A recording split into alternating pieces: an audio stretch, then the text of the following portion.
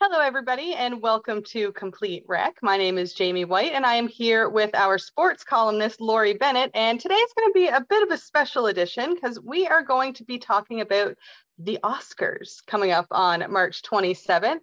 And we're going to focus mainly on the main 6 categories. So that would be Best Actor, Actress, then the Supporting Actor and Actress, as well as Best Director, and we'll end off with Best Picture. So, hello, Lori. Hi there.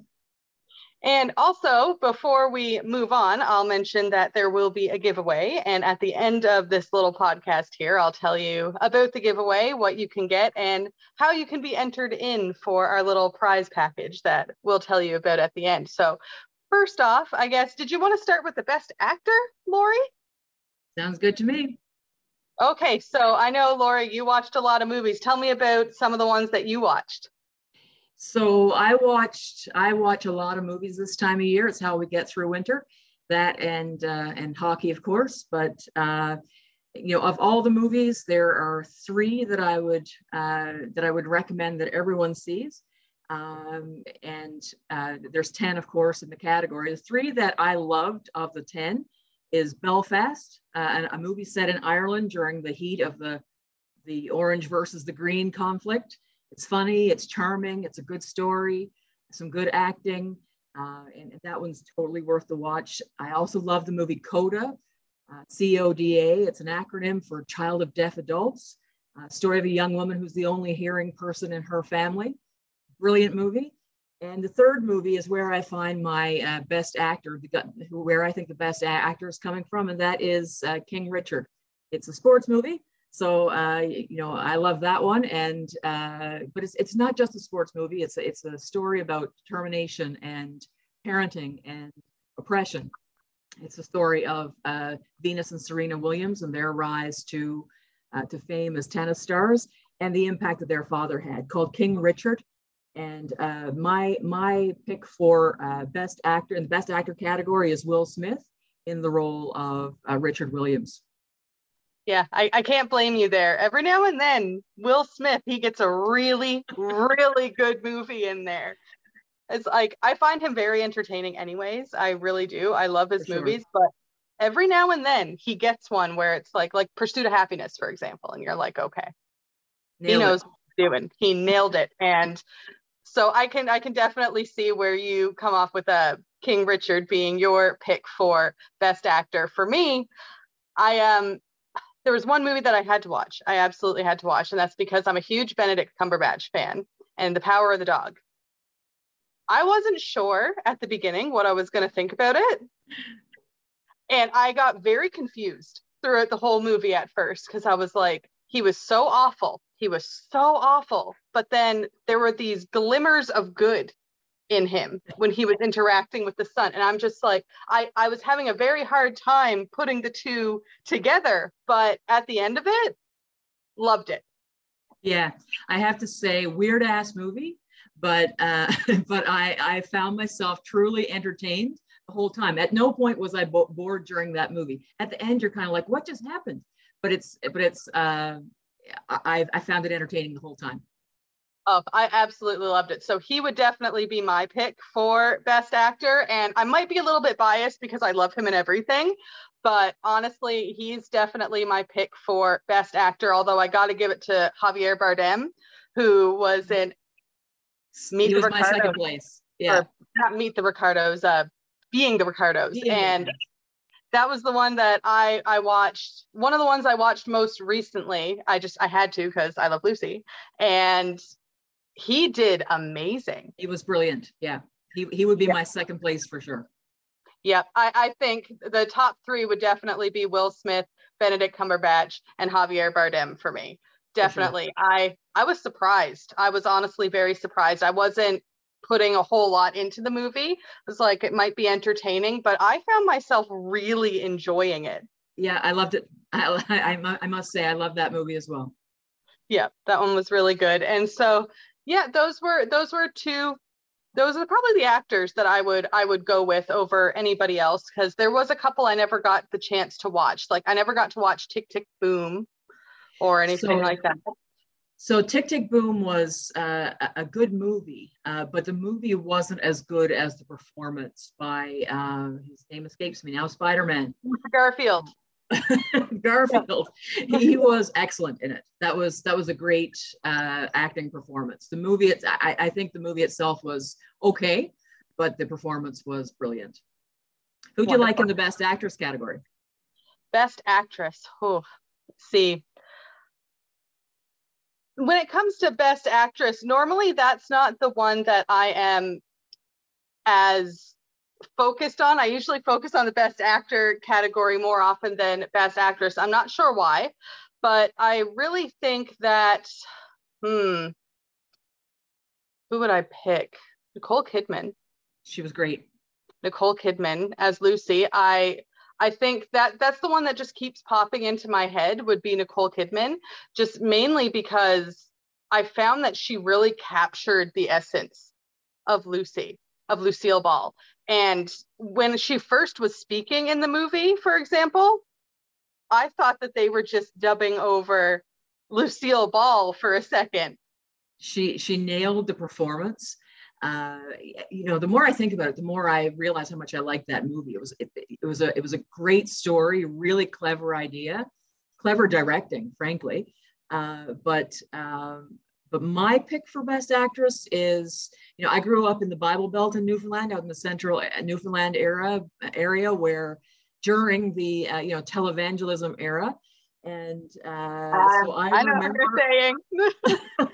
Yeah, I remember some of the dramatic events of the 90s with, the fall of some of the big TV preachers.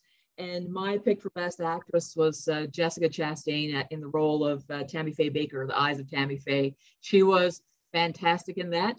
The movie was pretty interesting, pretty good watch. Yeah, I didn't know a whole lot about Tammy Faye Baker. Actually, I will say the first time that I had ever really heard of her, I was watching an episode of RuPaul's Drag Race, and one of the Drag Race, Ginger Minge was her name, and she actually did a impersonation of her during one of their games, and I was roaring. I had no idea who Tammy Faye Baker was, and then watching the movie, I was like, she kind of nailed it a little bit. She was famous for her mascara. Yeah, that mascara, it had to have been like 10 layers thick. Yeah, for sure. She was wearing fake eyelashes long before they were popular. It's hilarious. It's so good. And so, yeah, Jessica Chastain was amazing, but Nicole Kidman, she's the one, I keep going back to her. She was great. One thing I'll mention about the the Best Actress category. You talked about being more interested in the Best Actor category. I've been following the Oscars for years, sometimes more dedicated than others, but I pretty much always I try to see all the movies in eight categories, actually. I try to see the writing categories too. And one thing that I always find interesting is that the women who contend for Best Actor roles, the prize for Best Actress, those movies tend not to be necessarily in the Best Picture category. It's a really interesting dynamic. That's so strange because, yes, that's probably one of the reasons why it's more focused on. I instinctively focus more on the male category because they're also in the Best Picture. Yeah. At the end of the day. The Hollywood is still a man's world in many ways, and the women who are in Best Actress in the Best Actress discussion, their movies aren't necessarily getting the attention in the Best Picture category. But there it is. They tend to show up more in the Best Supporting category. So Best Supporting. What'd you see in the Best Supporting Actor category? Okay. So I've got to go immediately. I think I know who's going to get, who I want to get it. Jesse Plemons, is that how you say his last name? Plemons. Power of the Dog. He played Benedict Cumberbatch's brother in Power of the Dog. I thought he was fantastic. I thought he played it so well. And the fact that you can tell he has love for his brother, but he has this like almost disdain for him at the same time. Like he's embarrassed by his actions and his behaviors. I thought it was so nuanced. He did excellent, and he didn't have to overact the role. He was very calm throughout the whole thing, and he had a very good head. His performance in that role reminded me a little bit of, it's a role I could see Philip Seymour Hoffman in. Thank you. I thought that. Yeah, there was a strong resemblance to the style, that understated sort of knowing the role and knowing the place in the film, and really, a good supporting actor. Like, didn't steal the show from the others, I guess. But exactly. And I know you didn't see Coda, but my call for best supporting actor comes from that movie, and it's the dad in Coda, Troy Kotzer, I think his name is. I'm sure I'm screwing his name, but he was brilliant in that role. I mean, the whole cast was brilliant, and they're a cast of not very familiar actors and actresses, but they together as an ensemble, they were fabulous. And the dad is my call for best supporting actor. Not sure if he'll get the attention or not, but he was fabulous. Now, for best supporting actress, I'm going to chase you down the Power of the Dog route. Yeah. Because I loved Kirsten Dunst in Power of the Dog. I thought she nailed that role, and it's the first time we've seen her in a big role in a while. She's been a little quiet lately, but I thought she was excellent in that role. Played the role of the woman trapped in this place she doesn't want to be, coping with depression and alcoholism, and and a son that she doesn't understand, or no one that she maybe understands but no one else does, and just the whole. I thought she was brilliant in that role. She was excellent. She was so good, and it was her character that really gave me a lot of conflict with Benedict Cumberbatch's character, because you could see him being almost kind to her son, but he was yet the reason that she was driven to drink, because he was just so awful to her for existing. Yeah. So the gaslighting was real. Yes, the gaslighting. That's exactly the word that I would use. It was horrible. Yeah. For sure. But she was brilliant. And I'm wishing that I got the chance to see Belfast, because I've heard great things about Judi Dench in Belfast. Judi Dench never screws up a role.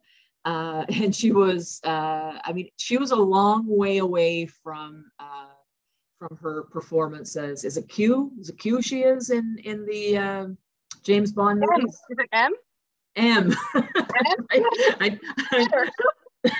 I knew it was a letter. Madonna gets away with one name, Judi Dench gets away with one letter. But exactly. She plays this Irish grandmother who's, I have to say, watching Belfast reminded me of home, and it reminded me of how strongly Newfoundland is influenced by Irish heritage.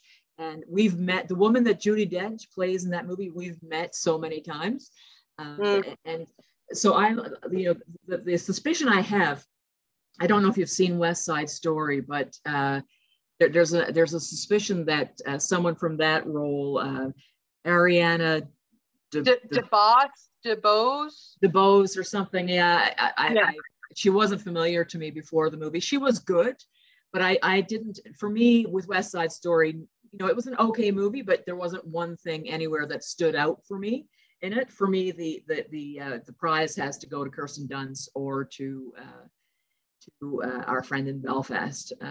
Judi Dench is always a fun watch for sure. Exactly, but I completely agree with you. I've been totally saying Power of the Dog for everything lately, but I found that the movie itself was so great, and the acting was just top notch. And for it's not very often that you have such a strong cast all across the board. But now, director. So the directing category for me, what I always look for is that the director had to manage a lot of moving parts, I guess, that there was some special element of the movie that required a special skill. I talked about Coda and the use of sound in Coda. a deaf family, one hearing member of the family, and the use of sound in that is brilliant. You can look at West Side Story, and it's a musical, so I mean that requires a special skill set, I suppose. Lots of people talk about Power of the Dog and the cinematography. I'm not a giant fan of the Montana backdrop, but it was a beautiful movie in many respects that way.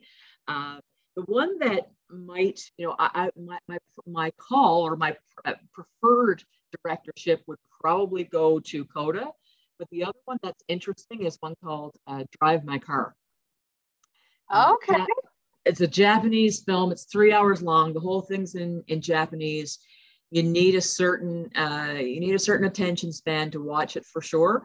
But it was an interesting enough story that probably could have been told in 2 hours instead of 3. But here's the thing that's interesting about it: a solid 75% of the movie takes place in a car, where the main character is being driven around by a chauffeur, and the conversations that happen between them and the relationship. I mean, 75% might be a stretch, but a lot of that movie happens inside the car. And so there's a certain skill set for the director in that, I think, that's worth talking about.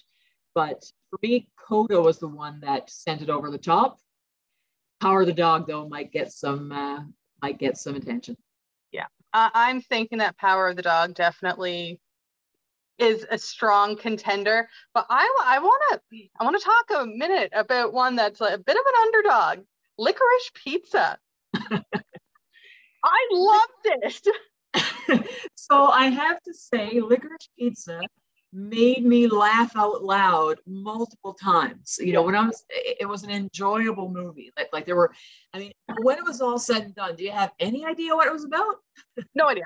None whatsoever. All I know is that I really wish it was the 90s again, and I could go back to the 90s. Even though it was set in the 70s, it was like the same type of nostalgia for me that I just wanted to go back to being a kid. That's an interesting thing. I wonder, I mean, I was a kid in the 70s, so I don't know if you were, in that age group, if you were a teenager or a young adult in the 70s, if you would have a different appreciation for Licorice Pizza, if you'd see some of the references. But even for me, it felt like it tried a little bit too hard to nail those references. Did you even know that Licorice Pizza was a term in the 70s for a vinyl album? I had to Google it. Yeah, because I had no idea. Right. So because you leave going, why is it called Licorice Pizza? You don't really, so the fact that you're asking makes you wonder if maybe it was just the title that was a little bit off. But, there was a fair amount of those 70s references that I think you needed to really, the Barbara Streisand boyfriend, I didn't know enough about that relationship to know whether Bradley Cooper was nailing it or not. So it was, yeah. But all of that said, I was truly entertained for the whole thing. I laughed a lot. I thought the kid who was the main character was excellent. So good. And it was a fun movie for sure. Yeah, I loved it. So, I got to give it props, but I do think that Power of the Dog director might take it. It's possible. It's definitely possible. It's possible, but I'm saying Power of the Dog for literally everything right now. I was going to say it sounds like Power of the Dog is your call for Best Picture. See, yeah. I want to say something different, but I keep going back to it because I did watch Nightmare Alley. I watched Nightmare Alley. I thought it was good. I'm really big. I love kind of, what would you call it? Like a thriller type movie where you don't 100% know what's going on all the time. It's very, yeah. I liked the whole backdrop of the kind of freak show carnival. Yeah. I thought it was really good. But what I did find about that movie is it got repetitive. It was the same scenario happening no matter where he went, over and over again. Probably could have been shorter. Yeah. A lot of movies this year were long and for me, if you're going to drift into I'm closer to 3 hours long than 2 hours, it had better be for really good reasons. And I didn't feel that necessarily about any of them, that they really warranted that length of a movie. So Yeah, a lot of long movies for sure. Maybe the editing budget got killed a little bit during COVID. Yeah, it's possible because, like you said, all the movies were just a little bit longer than I was expecting. And when I first sat down to watch the movies, and I was like, okay, what do I have time for? And everything's 2+ hours. Like, okay, I really have to carve out some time here to be able to watch as many as possible. But I will say I was surprised because I forgot to mention her. I still think that the best actress is probably going to go. Well, I still think Nicole Kidman, but I did forget to mention Kristen Stewart in Spencer. Oh, yeah. Because I was shocked. Honestly, I mean, I saw her in Twilight and I saw her in a couple of things, and I did not know she had that range. Very different role for her, for sure. Yeah. I think where that one might struggle is that the movie itself was a little bit slow.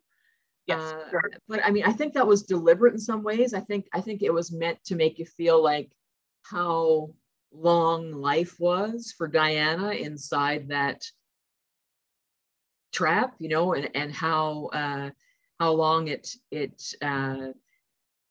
know, what it was like for her day after day after day to wake up to this life.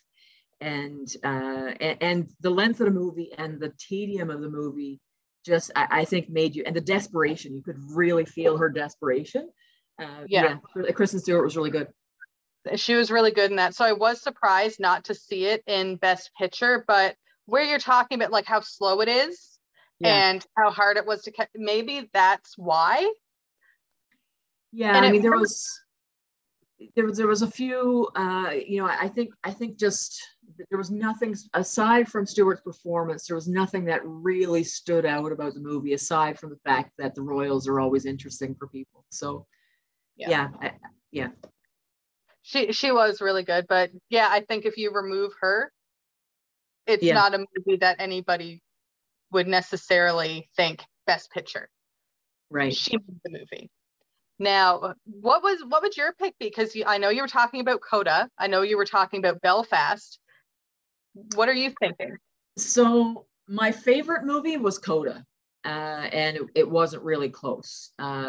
Coda was my favorite movie of the whole 10 movies, and every other movie that I watched in the other categories. I just thought it was a really good story, a story that pretty much anyone could watch and enjoy. The acting was great.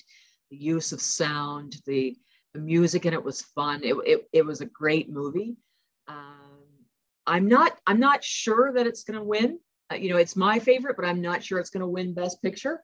I think Best Picture, it might be a toss up. Now, I said there was 3 movies everybody had to watch: Coda, Belfast, and King Richard. That's because I think there are 3 movies that everybody's going to watch and enjoy. I don't think King Richard is really a contender for Best Picture. I think the call for Coda is my favorite, but I think for the Academy, it's going to come down to Belfast or Power of the Dog. I think it's going to be one of those movies that takes the Best Picture category. Yeah, I can see that, because I mean, Dune, fantasy movie, really long. No, you can't. I can't even. I had to pause and take breaks. I had like 4 snacks during that movie. It was just I found that one a really hard slog. And at the end of it, I was like, that was an awful lot of effort for a story that I'm not sure anybody needed to hear. But that's just me. I'm not a big fan. I understand that, because I mean, fantasy is not everybody's thing. Now, I love fantasy personally, like Lord of the Rings, for example. I thought it deserved every award that it got and more. I thought it was brilliant. And I feel like Dune missed the mark in that respect. Whereas with Lord of the Rings, I found it was engaging. It was easy to watch. It kept you on the edge of your seat. And with Dune, I found I wanted to sleep. Yeah, I couldn't. I found it so quiet, and so I think it was trying to be deep. Maybe that's what it might have been trying too hard to be deep. I just found it contrived and trying too hard, and it was kind of, no, not for me. The other one that was kind of, I don't know if you saw Don't Give Up. That was a big movie of this Oscar season. Meryl Streep, Leo DiCaprio, a bunch of other big names that. Oh, Katniss. What's her name? Jennifer Lawrence. Yeah. Jennifer Lawrence was good in it, actually. But the movie itself, again, way too long, could have been over a solid 20, 25 minutes before it ended. And you could never tell. Like, it's apparently, it's supposed to be a satire that's a play on climate change or whatever, but it's like, you're trying too hard. Like, it just felt too contrived, like too much effort constantly to make you go back to thinking about it. At times it was funny, but then at the end it got terribly tragic. And it's like, I don't know if this movie knows what it is.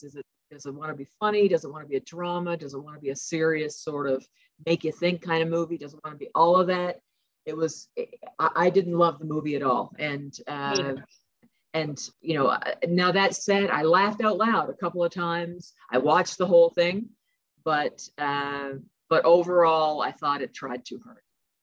I think so too, and I think that I had really high hopes for it, just mainly because of, like, it's a star-studded cast, like you said. Meryl Streep, Leonardo DiCaprio. He can honestly do no wrong lately. He's just been brilliant, the roles that he's been given. But for Don't Look Up, I noticed myself wandering a lot. So normally when I'm watching a movie, I pay attention, but I found that I was always doing something with my hands. It's like, I've got to do this, I got to do that. I wasn't fully focusing. Yeah. And I couldn't follow, like you said, is it supposed to be, I know it's, like you said, it's a satire, but there were moments where it got really serious. And then all of a sudden it was funny again. And it was just back and forth. Whiplash. Yeah, it was a little bit too, it tried too hard. And, it was a Netflix film, I guess. So, it was accessible to everyone, and maybe that's why it got so many rave reviews, that folks were able to watch it at a time when theaters were shut down and everything else. That's the thing I would say for folks wanting to get ahead of the game before the Oscars. I mean, it's always fun. We all like to watch the Oscars for the clothes and the drama of it and everything else. And then we fall asleep before the best picture is named very often, right? Like, a lot of people don't have the stamina. I usually try to stay up to watch the whole thing, but a lot, because I'm a big Oscar buff. But if you're looking to watch some of these movies before, a lot of them are available either through Amazon Prime or Netflix, or I watched Coda on Apple TV. The one thing I don't have is that's the one thing I don't have.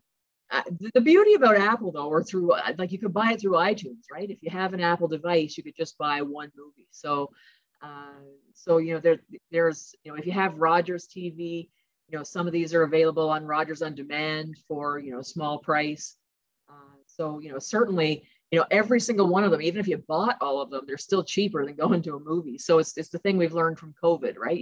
You can watch good movies without spending a fortune on an evening out. It's still nice to go to the theater, but yeah, the movies are accessible for anybody who'd like to catch up before Sunday. Exactly. It's awesome.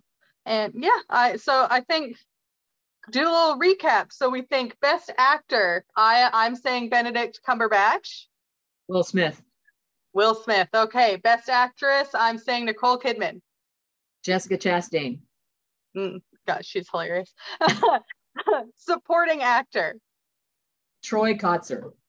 And I'm Jesse Plemons. And we agreed on supporting actress at Kirsten Dunst. Yeah. And we have best director, I'm going Power of the Dog again. I'm going to go with the one I think should get it, even though I don't think it's going to win, but my favorite is Coda. I think that the use of sound. Wonderful. And for best picture, you're thinking between Belfast and Power of the Dog? Best picture, I'm going to go, so again, Coda wasn't even nominated for best director, so it's not going to win. I'm going to pick Power of the Dog for best director to win. My preference, though, Coda should have been nominated. For best picture, my preference is Coda. I think it's going to be a toss-up between Belfast and Power of the Dog. And I'm thinking literally every single category, Power of the Dog is what I'm picking. But I really like that one. I thought it was so good. And normally I'll say the biggest thing for me, I am not huge on Westerns usually. When it's a Western movie, I find it very hard for me to focus my attention, but I could not take my eyes off of this movie. It was captivating. It was not a minute of it was dull. It was interesting every minute. Exactly. And there was new things every single time I was focusing on one part of the movie. I don't want to give anything away. That's the hardest thing about talking about it. But it's like there was little nuggets of information that if you were paying close enough attention, you're like, wait a second. And then it kind of takes you off in a little bit of a different direction than you thought the movie was going in. And I thought it was fantastic. So all across the board, Power the Dog. So let's quickly tell people about the grab bag before we wind up. Yes, before we end off here. So let me just pull up what's in it here, because we have a little bit of stuff that, well, let me pull up what's in it and you tell them how they can go about getting entered into the draw. Sure. So while Jaymie finds what you're going to be winning, this podcast will be posted later today, and it'll be available on social media platforms, as well as anywhere you listen to podcasts, obviously. But for anyone who shares the podcast through social media, whichever way you use social media, but Facebook and Twitter, obviously, if you share and tag Wreckhouse Press, then you'll get entered into a draw that will include the following items. Yes, perfect, because I pulled it up just in time. So what we're going to have is some skincare products from Wildflower Company Botanicals, a fanny pack from the Aboriginal Sport and Recreation Center that has a mask, some sanitizer, and lucky people out there will also get a 3-month online subscription to wreckhousepress.com and a copy of The Woman in Green by Jack Todd. Excellent. Some fun movies out there to watch. Get watching, get retweeting and reposting and all that sort of stuff. And a lucky winner will be named, both by the Wreckhouse Press, and a lot of lucky winners will get named by the Academy on Sunday. Absolutely. And I look forward to seeing who wins. I wonder which one of us is going to be the most right. We'll have to compare notes after Sunday. Absolutely. All right. Well, thank you so much for joining me today, Lori, and everybody for watching. And we'll be watching the Oscars on Sunday, I'm sure. For sure.